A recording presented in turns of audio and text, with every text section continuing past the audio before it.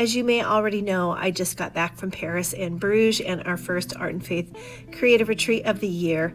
But I really learned a lot while I was there, and I wanted to share it with you. So whether you've been travel journaling for years or you're just wanting to learn more about it, I think this will be a great video for you.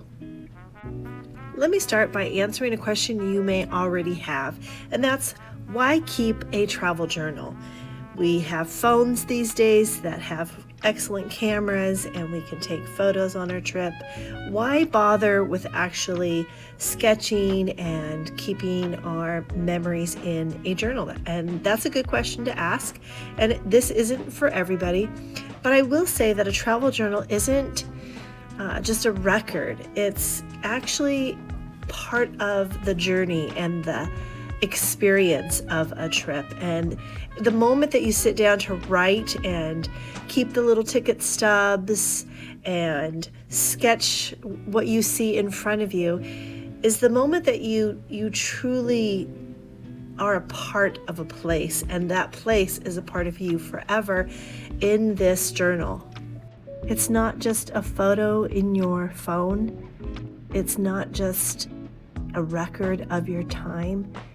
It's you, and it's yours, and it's your voice, and it's your creativity, all wrapped in something that you have a tangible record of for the rest of your life. And maybe it's something that is handed down to your children and grandchildren. And so to me, having a travel journal and keeping a record of, even if it's not a travel, it can just be your life. I think that's an important part of what our lives can be a testimony to share, especially as believers in Jesus Christ, to share what He has done in our lives. And it's a beautiful way to show others about Him through this travel journal when we go on these Art and Faith Creative Retreats, and we're going through our devotions each morning. And it's just something I am so thankful that the Lord has brought into my life, and I love sharing it with others as well.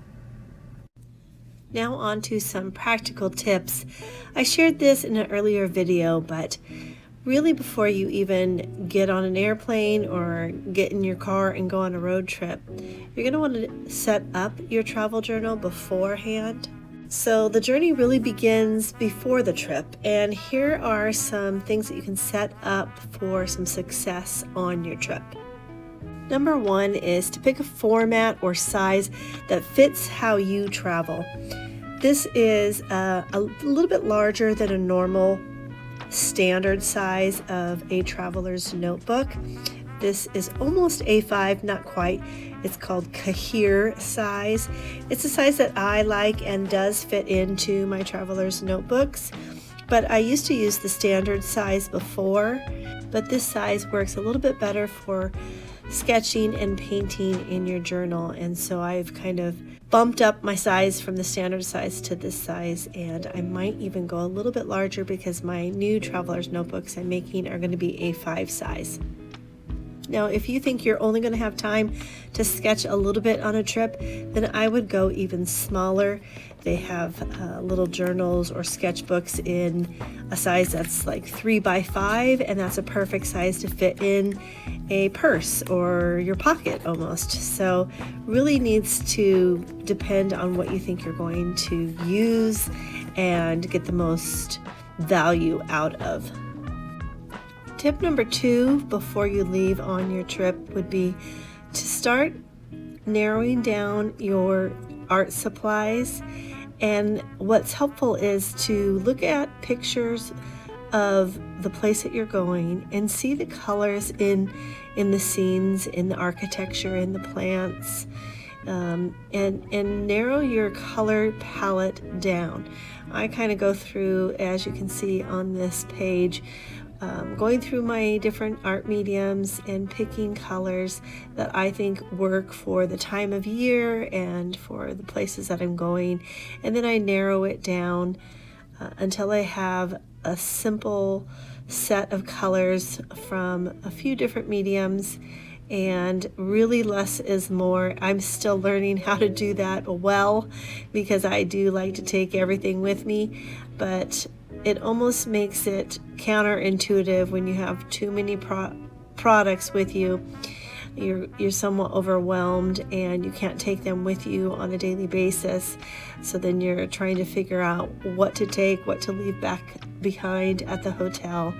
And honestly, it's overwhelming when you have too many. So the biggest tip I could give you is to simplify your palette and your art supplies. Now I want to go into talking about some tips for journaling while you're on your trip. And at my retreats, I have a lot of women that come that may have not even picked up a paintbrush in many, many years. So I try to simplify things by talking about how we observe what we're looking at. We observe our environment, and then we can pick out shapes. And we all know the basic shapes, and that really helps us start from a reference point in our sketches to where we can simply observe rectangles, half circles, circles, squares, and start our sketches from that point. I also like to remind the ladies that this is not about capturing something perfectly. This is not about getting every detail right. And this is definitely not something that is going to be in a museum like this lady is working on in one of the churches that we explored. Not all travel journaling is sketching or painting either. Some of it is just capturing details from our trip, like a flea market that we went to, or writing down what you had for breakfast. And I always encourage the ladies to take a moment at night before they go to bed and write a sentence or two in their phone if they don't want to do it in their journal quite yet, and just have one or two sentences that explain what you did today. And really that's enough before you go to bed at night to have a record of that day and be able to put that in your journal at any time later on and have a memory still vivid in your mind because you've written it down. Some of the best memories that you can write down in your travel journal are the things that surprised you on your trip. Maybe the sound of a market, or the thought of living in a place like that. Maybe it's having a real conversation with someone in a shop or a fellow traveler. There's so many things that you can capture in your journal that really gives your journal life and character because it's what you lived. I'll share one of my favorite moments with you guys here. It was actually at this cafe, and this cafe I have been in love with for years. It is such a beautiful place, and I walk by it all the time when I'm in Paris. I've even sketched it in an old sketchbook. I've taken pictures of it and posted it online, and I have never sat there and had a coffee. And one morning after we had some devotional time in a church and some sketching time, we walked across the street to that cafe, and we all sat there and had hot chocolate or coffee and just enjoyed the moment. Another tip I tell the ladies for travel journaling is from the moment you start this trip, start collecting, saving all of the menus, the ticket stubs, the maps, the business cards, the restaurant napkins, the bags. All these little fragments become part of your journal, and you can use them as little treasures and visual anchors in your journal of your trip. Another great tip to keep up with your travel journaling on your trip is to use your time wisely. There's so much time that we're waiting, maybe at an airport or train station, or we're at a restaurant maybe by ourselves, and we can take our journal with us and we can keep our notes in our journal. We can have our sketch paper and our pencils with us, and it's just all these little moments of time that are waiting for us like an invitation to continue documenting our trip and using that time to record our memories. Tip number 8 is actually one of the hardest parts of travel journaling, and that's simply to make time for it. When every hour feels precious and every corner promises something that you want to see, sitting down with a notebook can feel like a sacrifice. And it's going to be a tension that every traveler is going to experience, that pull to do and see everything until you collapse in bed at night. But here's what we need to reframe. Even 10 minutes carved out over morning coffee or just before sleep isn't time taken away from the trip. It's time spent making sure that that trip actually stays with us. In his ministry, he is explaining that the comfort he and his companions receive from God, and you can lay down the color over it and then it's going to lighten it or it's going to change. Now let's talk about the fun that comes with travel journaling after you get home from your trip. The good news is that your journal doesn't have to be finished before you go home. Coming home is actually the perfect second act. Spread everything out on the table, your ticket stubs, your crumpled napkins, and your half-finished sketches, and let yourself fall back into the trip all over again. There's something quietly magical about reliving each day through your notes and your ephemera, completing a sketch that you abandoned in a hurry, or finally writing the full story behind all the photos that make no sense without them. It's like taking the trip twice, and the second time, you're never rushed. So tip number 1 for after you get home is lay everything out that you've collected on a table and spread it all out. Your tickets, your receipts, your maps, napkins, your flowers, anything that you collected. Let those physical objects remind you of your trip, and you'll be so surprised what comes flooding back just from looking over everything. Tip number 2 would be that I would suggest finishing your sketches in your travel journal while the images and the photos and everything from the trip are still fresh in your mind. You don't need to have been there to draw something, but because you have just been there and you have the photos and you have all the ephemera, it's a wonderful feeling to go back and finish those sketches that you started there. And it's a way to kind of re-enter that place, and having this travel journal finished will feel so satisfying, and it's something to be able to share with other people. These are some of the pages that the ladies made and they shared with me after they got back home. So it's fun to look at them and see what they are in the process of creating and remembering the trip through these travel journals. My last tip for today's video is to write a final reflection in your journal.